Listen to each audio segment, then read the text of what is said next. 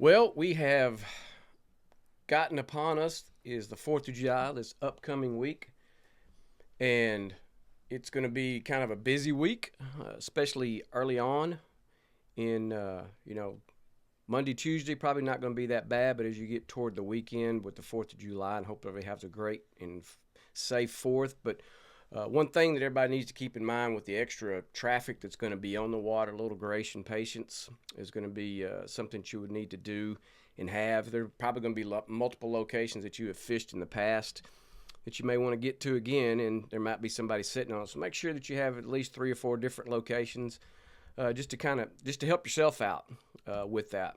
So with that said, just have a great 4th this upcoming week. Now, this past week, we've spent a little time down here in Ayers Reef, Ayers Dugout. A lot of these fish are on shell, whole bunch of shell, man. If like I say, you can fish all these areas up here. You got a lot of shell bars and shell reefs that you got, and that's where we're finding a lot of our trout. And that's primarily what we're really focusing on right now. The trout bite's been pretty decent. It's gotten better as we've gotten into that new moon phase. Now we're fixing to transition out of that and be in those wild card days. So adjust accordingly up this upcoming week that's going to be coming. So we'll be on the back side of that new moon. And with that said, again, with more boat traffic that's going to happen, especially as you get to the upcoming weekend, you start to get into Friday, Saturday, Sunday. Make sure you have multiple locations that you can fish, just in case somebody's on a spot that you want to be in or an area that you want to be in. But that said, like I say, shell is your target areas that you really want to be around. So, like I say, we've worked Fish Camp, worked on the outside of Ayers, here on Roddy Island, all this shoreline back up in here toward Rattlesnake, these little cut-throughs like that. The second chain islands all around here have been pretty good. These are all wadeable. They're a little mushy. Our tides have been what they are. Pretty average. It's been nothing stupid low or really stupid high. It's just been kind of in the average range there, but it's all been very accessible. Plenty of bait working all in and around these, and like I say, we're finding decent trout in here. No monsters, no overs or anything like that. Just a lot of slot fish, but you should have a lot of opportunity to catch. And that's this past week was that way. Couple of days we had was a pretty tough bite for us, but for the most part, we located our fish in and around these shell pads and shell bars and shell reefs. And again, if trout are what you really want to kind of target and be about, then shell is where you need to be. We found a few redfish tucked up to the shorelines.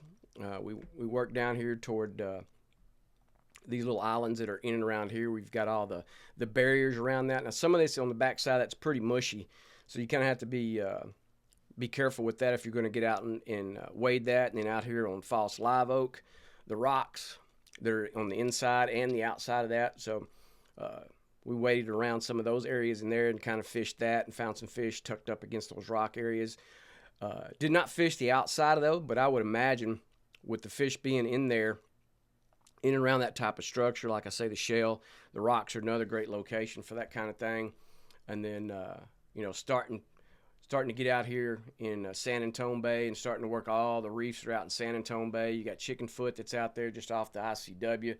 You got all these areas out here, and then even further down, you've got lots of reefs, lots of opportunity that are out there in San Antonio Bay with the reefs, especially back toward Sea Drift and that type of area back there. So that's where we've been spending a lot of time up here. Wind have been pretty good for us in the mornings the last few days, especially when we got into this past weekend. Had some pretty light wind in the morning, which helps, especially when you're out there in the middle of San Antonio Bay, because there's nothing to protect you out there. It's wide open. So it becomes something that you really need to pay attention to if you want to fish those areas. Because, like I say, you don't have the protection that you would if you were tucked up on against the shoreline fishing some of those types of areas. So San Antonio Bay will continue to be one of these things that does well for us, holding fish. And you're going to have 2 different sides. You got a pretty deep drop-off edge where those fish may be holding a little bit later in the morning.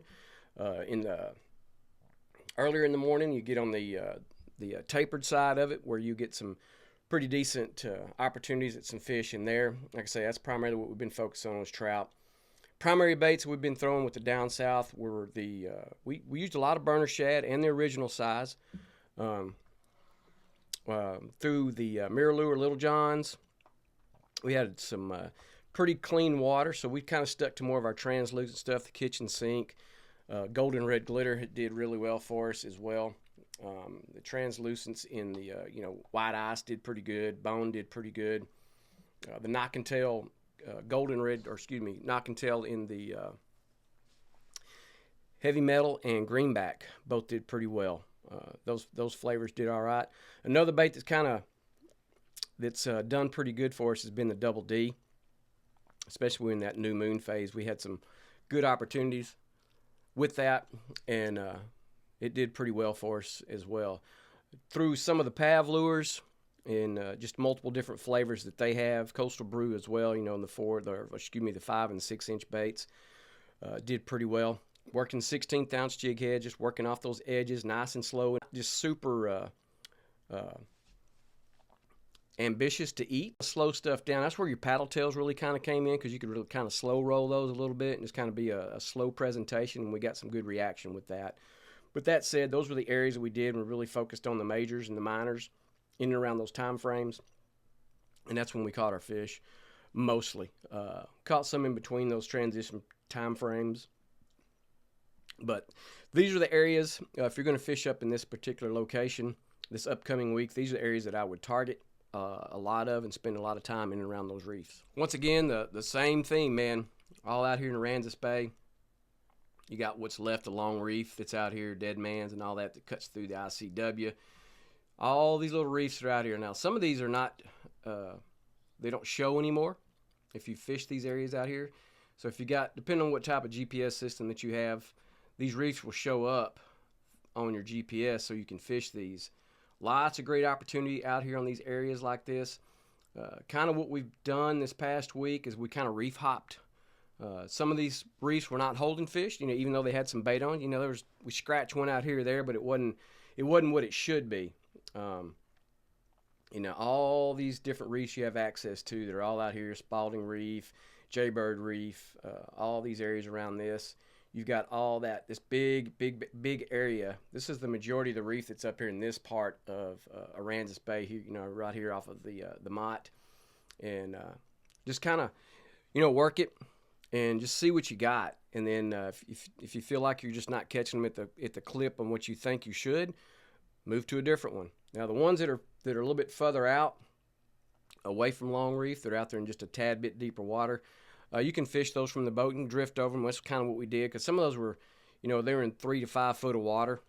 And like I say, as that sun, we're starting to get into that time frame when that sun's going to start to impact when these fish start to go deep, and they want to, they want to slide off to a little bit deeper water. So if you're able to get on the water at daybreak, right at 6:15ish, and fishing, you'll have good opportunity around some of these reefs. And like I say, and they're holding some fish. But you just need to work them and just kind of hang out and see what's presented to you, and see, like I say, if you're not catching the fish that you think you should, you've got close proximity to all these reefs that are out here. Whether you want to weight them, whether you want to drift them, either way, we've had pretty decent success this past week focusing in and on those type of areas like that. So again, fishing around the majors and minors, that's kind of what we pointed to give us our best opportunity to catch these fish. And again, as that sun gets up, starts getting around that 10, 11 o'clock hour, you can start to feel that bite kind of taper off. So that's when you get water, deeper reef areas. And these, like I say, these are all accessible for you. Again, same baits. We were throwing the down south in the white ice, bone diamond, purple rain, Melvin red. We threw a lot of the original size as well. Did good with those. Again, the Double D did pretty good for us this past week. If you got one of those tied on this upcoming week, and see what you can do. And just kind of work these areas. Knock and tail, same thing. Knock and tail, come to think of it, did really well for us in some of these open bay area reefs and stuff. Just had a little bit more action. Of course, again, with the rattle that's in that tail, it really helped for us too. These fish could locate and find our baits for us. So some of that Water was a little beat up because, again, this is all unprotected areas out here. So you kind of have to, again, pay attention to what your windage is, pay attention to what those tides are, and see what they're doing with the incoming and outgoing. Will progress if you're, whether you're fishing early in the week, middle of the week, late in that weekend toward this holiday weekend coming up. There's going to be more and more boats that are going to be on the water. So always take that into effect. It's going to affect what your fishing does and how you can approach some of these areas. So don't be surprised if you see boats on an area that you typically would not see a boat, especially this upcoming week. So anyhow, all that said, just take your time, have the patience that you need to work, because like I say, there's going to be a lot of boaters that's going to be out there. So the courtesy side of stuff's not always going to be showing. So just have that patience, a little grace with people this upcoming week, and just enjoy yourself while you're out on the water. Here on Newcomb, again, same process, man. A lot of reefs, fishing for your reefs. Really haven't focused very much on redfish. Like I say, we've just been working these little reef areas out here all along this. Some of the, like I say, some of this is not exposed anymore like once upon a time it used to be. But you can, like I say, drift across it and see if there's fish that are hanging there for you on it. A lot of these reefs are not that deep. You know, they might be in that 3-foot range, 4-foot range, deeper than probably you really want to try to wade it. If the tide was really out, you know, if we were, like say, in a negative tide, it'd be probably a good opportunity and work that. You know, you got these little areas around here. But, you know, we get up here on the Newcomb shoreline all the way to the point, wading all this. You got a great little area here. You got a lot of different structure that's in there. You've got grass, you've got hard packed in there, you got some scattered shell that's in there. And we did locate a couple of redfish here tucked up pretty close to the shoreline. But like I say, this past week we really focused on the trout bite and try to really get that action going. Then you get here on the back side of Newcomb Bend on this shoreline here, all the way here back in toward Holiday Beach area. There was some good access that was there. We found a few fish that were tucked in that. Some decent trout, you know, some upper slot trout. The 17 to 19 range was pretty good. Like I say, we found a couple of redfish in here.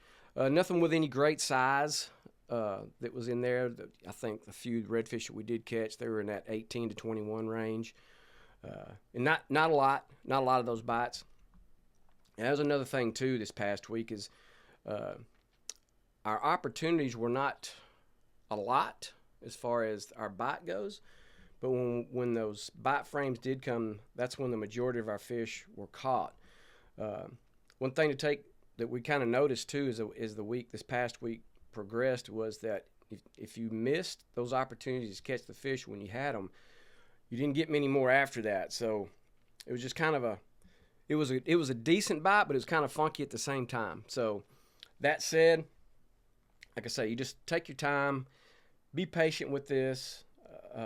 Just work these areas. You can even slide back all the way back down here toward, Shell Point, get inside there, this area through here, all the way back into Turtle Pen.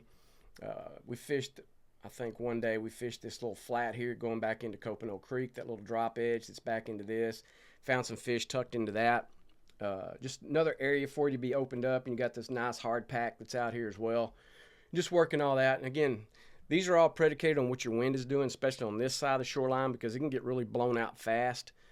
So it is something to take into account if you're going to fish up in this area here. And, sometimes it's pretty easy to get away from people in that. I would imagine that lots of people are going to be down south Copano, back down toward Rattlesnake or Port Bay or Italian Bend, and that area back over in Swan Lake as well. So just another area for you to cover. All this in here, it's all good hard pack. Some of this is kind of dead water, so you just kind of have to look to see if your structure's right. If you got grass in some certain areas, if you got plenty of bait working in certain areas, you'll be okay. But that said, again, have a great fishing week. Have a great 4th of July, and be safe out there on the water.